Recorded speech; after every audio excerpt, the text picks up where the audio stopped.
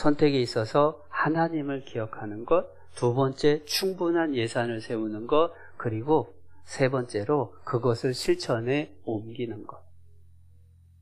선택이라고 하는 게 실은 두 단계로 이루어져요. 첫 번째 단계는 마음으로 하는 선택과 결단입니다. 두 번째 단계는 몸으로 선택하는 선택과 결단이에요. 첫 번째를 선택과 결단이라고 한다면 두 번째는 헌신, 수고와 인내라고 표현을 할 수가 있을 겁니다. 선택과 결단만으로는 능력이 나타나지 않아요. 무슨 얘기냐? 베드로는요, 선택과 결단을 확고하게 했습니다. 그리고 예산도 세웠어요. 죽음까지. 그러면서 예수님께 고백합니다. 예수님, 제가 죽을지언정 주를 버리지 않겠습니다. 라고 결단을 했습니다. 예산도 목숨까지 걸었습니다. 그리고 그날 밤에 예수님을 3번 부인했어요. 선택하고 결단하고 예산을 세웠는데 그날 망쳤어요. 예전에 교제하다가 그런 얘기를 합니다. 간증을 듣다 보면, 말씀을 듣다 보면 마음속에서 막 요동하는 게 있어요. 그래서 그래, 맞아, 그렇게 해야지 하고 또 여러 사람 앞에서 이렇게 나 하기로 했다고 간증도 해요. 결심을 했으니까 기도해달라고 얘기를 합니다. 그런데 그게 실천이 되지 않는 경우들이 많은 이유, 그게 마음에서만 멈추면 아무 열매가 없는 거예요. 행동으로 하는 선택이 필요한 겁니다. 그걸 헌신, 수고, 인내 이런 단어로 표현을 할 수가 있는 거예요. 예전에 간증 중에 이런 간증을 들었습니다. 이제 청년 자매 간증이었는데요. 동계수련회를 공주로 가요.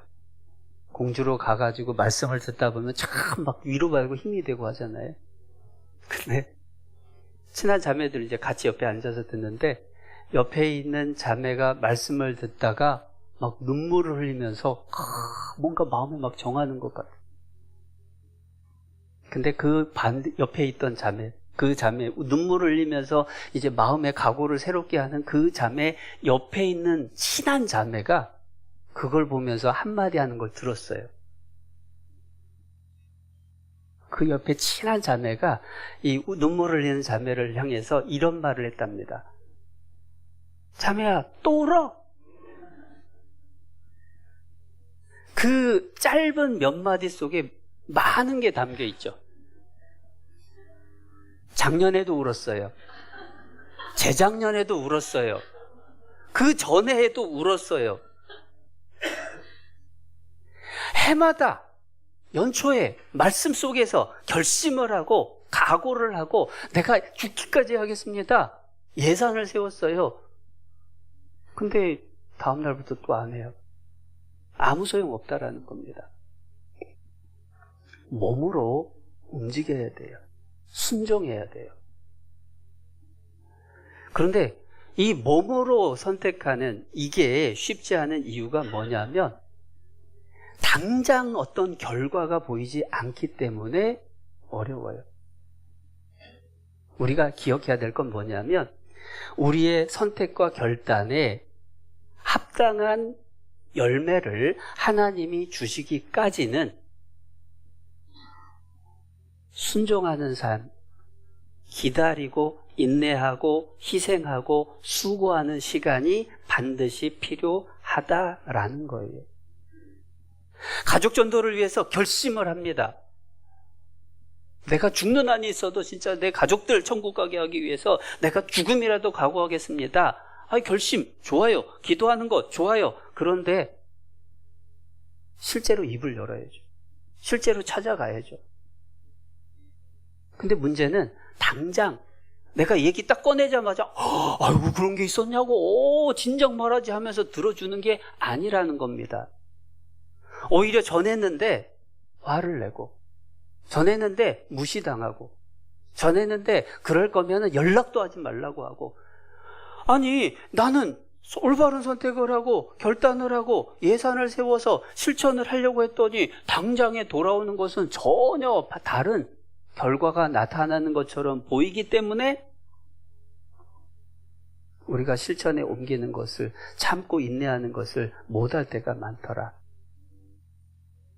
그런데 실천해야 되는 것, 그리고 그것을 반복하는 것, 될 때까지 이어지는 것, 그게 필요한 거예요.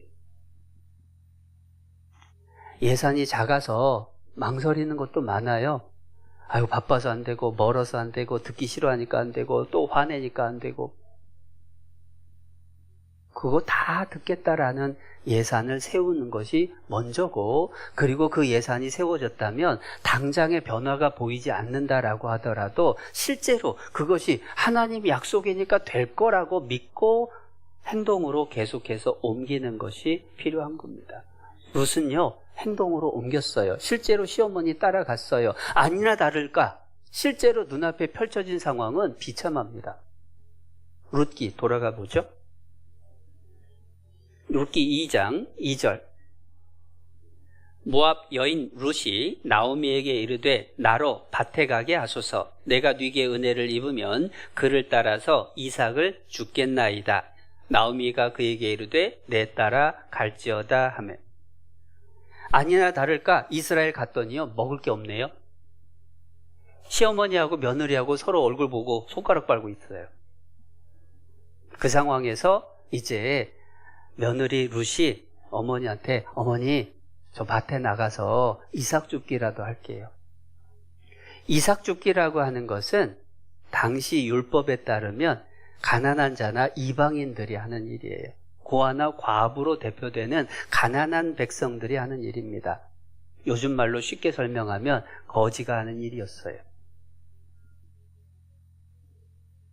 밖에 나가서 우리더러 구걸하라고 하면 하겠냐고요. 부끄러울 수도 있고 한숨 나올 수도 있고. 그런데 룻은 스스로 자청합니다. 제가 나가서 이삭이라도 죽겠노라고 허락해달라고. 불평 한마디 없습니다. 걱정하지 않습니다. 그리고 나가서 자원해서 일을 하는 거예요. 왜 불평을 안 할 수 있을까? 왜 그러한 남들 보기에 좀 흉보기 쉬운, 흉받기 쉬운 그러한 일까지도 감당을 할 수 있을까? 예산이 죽음까지니까 문제가 안 되는 거예요. 굶주리는 거, 부끄러운 거 아무 안중에도 없습니다. 우리는 신앙생활을 하는데 왜 주변 사람들의 말 한두 마디에 그렇게 마음이 흔들릴까요? 이유가 뭐냐? 신앙의 예산이 너무 작아요. 내가 마음이 편안한 범위 내에서 신앙생활을 하려고 하니까 남이 싫은 소리 하면은 듣기가 싫어서 그만두는 겁니다. 내 몸이 편한 범위 안에서 신앙생활을 하려고 하니까 피곤하면 하기가 싫어지는 거예요. 내가 손해보지 않는 범위에서만 하려고 하니까 헌금 얘기 나오면 듣기가 싫은 거예요. 신앙생활을 위해서 예산을 충분히 세우는 게 그래서 중요합니다. 뿐만 아니라 그러한 예산 속에서 실제로 행동으로 옮기는 삶이 이어져야 돼요. 그렇게 부끄러워 보이는, 남들 보면은 무시당할 만한 그러한 일을 왜 불평 안 하고 감당을 할 수 있었을까? 이 룻이라고 하는 여인의 또 아름다운 모습이 하나가 더 나오는데요. 10절, 2장 10절. 룻이 땅에 엎드려 절하며 그에게 이르되 나는 이방 여인이오늘 당신이 어찌하여 내게 은혜를 베푸시며 나를 돌아보시나이까. 자기 자신이 어떠한 위치인지를 알고 자기 자신을 낮출 줄 아는 사람이었어요. 겸손한 거예요. 솔직히 이삭 죽게 하고 있어서 얼굴 가리고 그러고 있었어요. 그런데 물어보는 겁니다. 아니 누구 아니냐고. 옆에서 알아보고 얘기하면은 나 그 사람 아니라고 오히려 얘기하기가 쉽겠죠. 그런데 룻은 나는 이방 여인으로서 나오미 따라서 여기 온 사람이라고, 나 같은 게 뭐라고 나한테 은혜를 베풀어 주느냐고 자기 자신을 낮출 수 있었습니다. 그렇기 때문에 주변의 이야기들이 문제가 안 되는 거예요. 룻은 그 가운데에서 자기의 선택과 결단을 충분한 예산 속에서 실천을 합니다. 그런데 그 실천은 한 번으로 끝나는 게 아니죠. 우리도 연초에 결심하잖아요. 그런데 한두 번은 누구나 해요. 그 다음이 중요하죠. 그래서 필요한 게 성실과 인내라고 하는 거예요. 2장 7절. 바로 위에 있습니다. 7절 말씀. 그의 말이 나로 베는 자를 따라 단 사이에서 이삭을 죽게 하소서 하였고 아침부터 와서는 잠시 집에서 쉰 외에 지금까지 계속하는 중이니이다.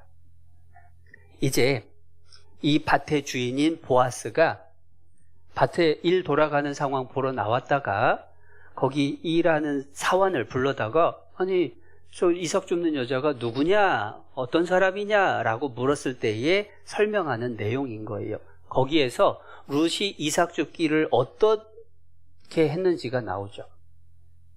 아침부터 와서는 잠시 집에서 쉰 외에 지금까지 계속하는 중이니이다. 성실함. 솔직히 얼마나 피곤했을까 상상을 해보면요. 그 밀레의 이삭 줍기라는 그림 생각해보면 좀 상상이 가요.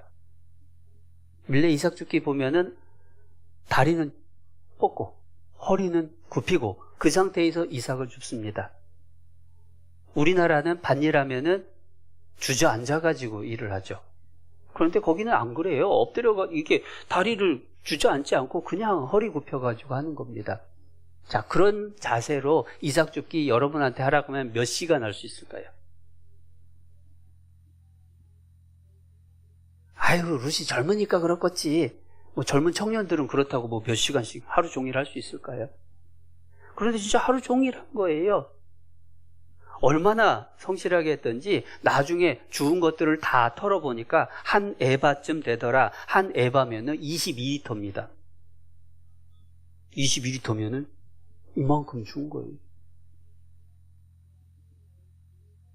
그러니까 얼마나 성실했는지를 발견할 수가 있는 겁니다. 그리고 그러한 성실함이 하나님 앞에 축복을 받는 비결이 돼요. 네가 자기 사업에 근실한 사람을 보았느냐? 이러한 사람은 왕 앞에 설 것이요 천한 자 앞에 서지 아니하리라. 잠언 22장 29절 말씀이죠. 하나님께서는 성실한 사람에게 은혜를 베풀어 주셔요.